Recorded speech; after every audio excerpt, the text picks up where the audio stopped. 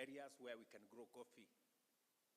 That's It's a very special day. It's the day we have been waiting.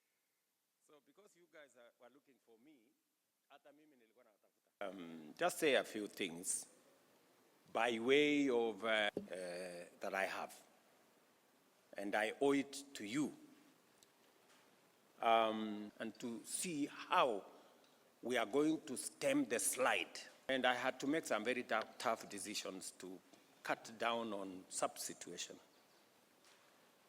And because we had to tighten our belt. I remember Guterres, the Secretary General of the United Nations, telling, and he was really surprised that how we were going. Your Excellency, our county of Siaya has come here as in a united front.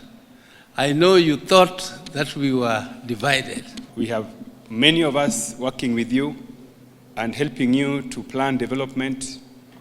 I think the best thing that we can do now as Siaya people is that we should never join the president's detractors. What national government invests, infrastructure, and even direct investment into enterprise, can change the life positively of communities.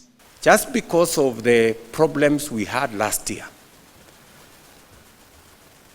our taxes, which normally grow at on average 6, 7, 8, 9%.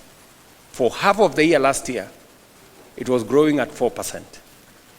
It is just from January this year that it went to 8, 9, and now we are at almost 10%. So instability destroys a nation. And that is why this broad-based government is God-sent. It is what we need to move Kenya forward.